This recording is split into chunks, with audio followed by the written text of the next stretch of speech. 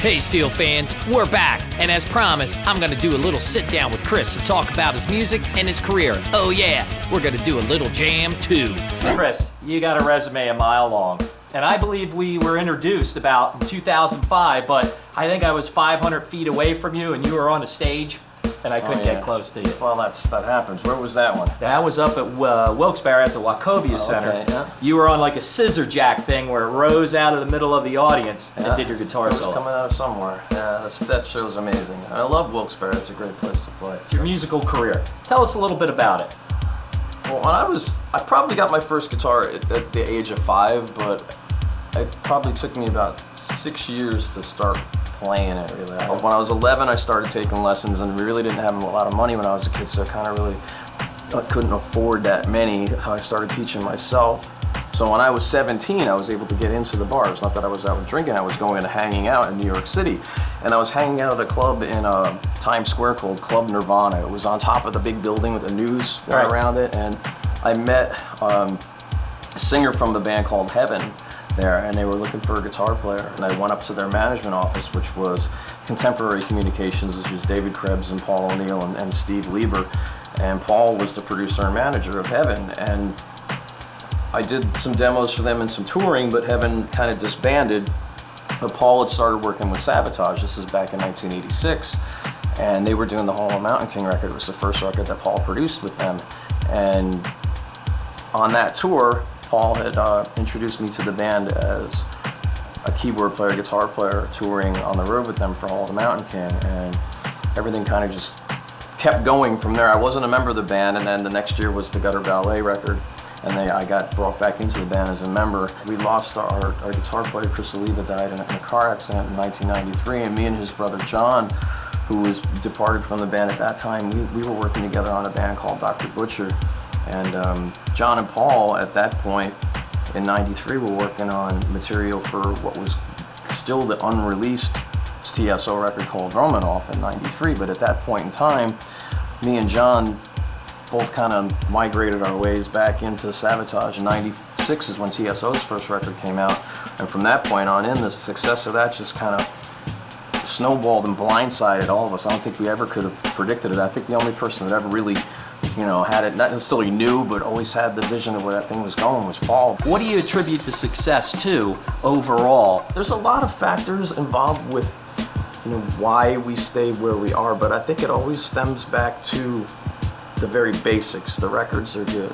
Paul agonizes over every single note we do from the beginning until the end in the studio, and that music gets that kind of detail, but then when you turn around and you put it out live, he's even more maniacal with the lighting and the delivery of each lyric with the singers and the way the band stands and looks and all that thing. And I think there's just an element that of the theatrical aspect that we do with the rock theater element in the arena rock show that a lot of bands don't do. So you get so many different things when you go to see a TSO concert. You'll get a mixture between a Pink Floyd concert and a Black Sabbath concert and a Who concert, and you'll have the solo acoustic singer with just a piano or a guitar, and you'll have those really soft moments, but you'll have moments where you have all the 19 tractor trailer trucks, the lights and sound and lasers and fire going at once, and your mind's on creative and visual overload, and it's one of those things where I think that we are all, we know we're fortunate to have that long of a run, but the amount of work that's been put in it by everybody involved, there's phenomenal musicians and singers, there's the best of the crews and the management and the producers and every single person that works with this band. They're just really the top-notch, classiest bunch of people you could possibly work with. Chris, now, you rocker guys, nothing to do with, how do you guys stay in shape?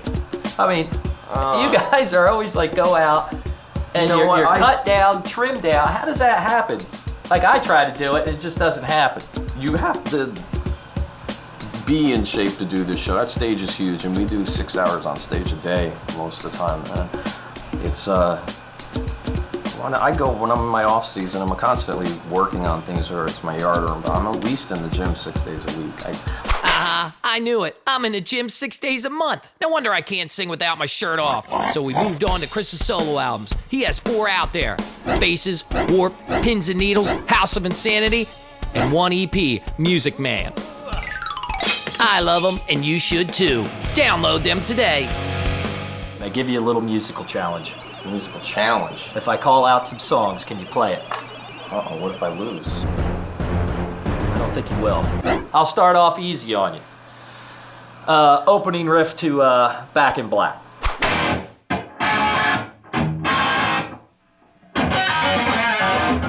Highway to Hell.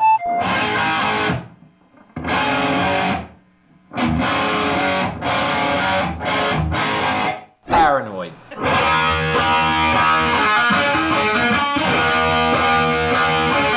What a Sweet Leaf.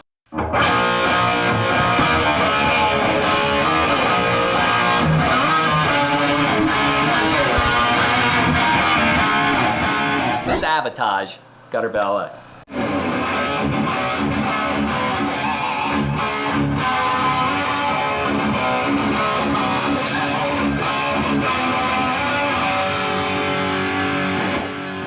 What if you had like a drummer here? Do you get drummers in here? Can I get drummers in here? Chris,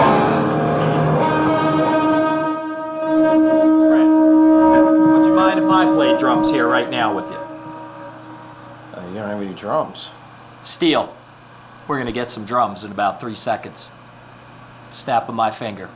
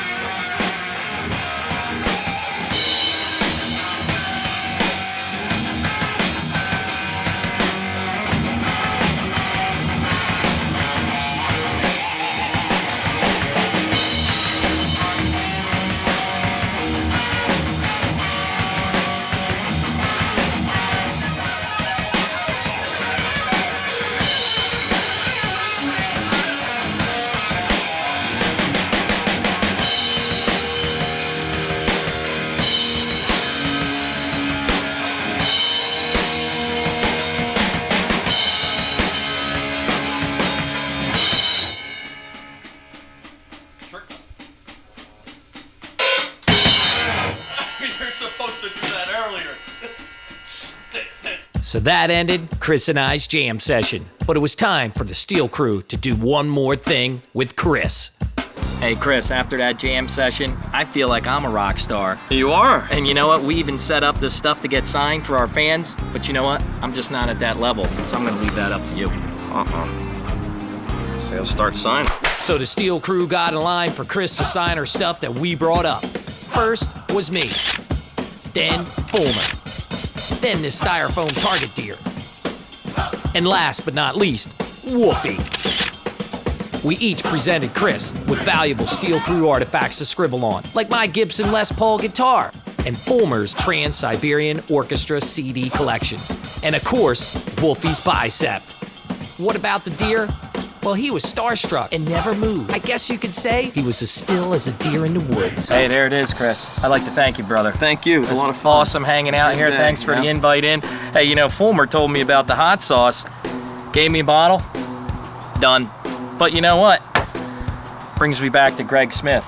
You know the guy, don't you? Of course, Greg, bass player. When we did their shoot up in Connecticut, Aunt Betty sent up a tin of cookies. So Aunt Betty said, hey, send Chris some of my homemade tomato juice. This is a gift from Aunt Betty. Thank you, Aunt Betty. And there it is, Steel Nation. Thank you. Awesome. Chris Caffery. Homemade. Great guy. Homemade. In the USA. In the USA. Back to base. Steel out. Up next on The Steel, Wolfie is at Nello's Specialty Meats in Nazareth, PA, where he runs into the world's hottest pepper. What are peppers doing at a meat market? Find out next on The Steel.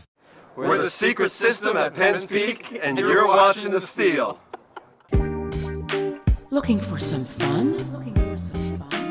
But need a place to go? Come to the Scorecard in Wind Gap and be a part of their weekly food specials and entertainment activities. Wednesday, Team Trivia. Thursday, karaoke. Friday nights, live music. And on Saturdays, Jade's Lounge is open. Don't forget NFL Sundays.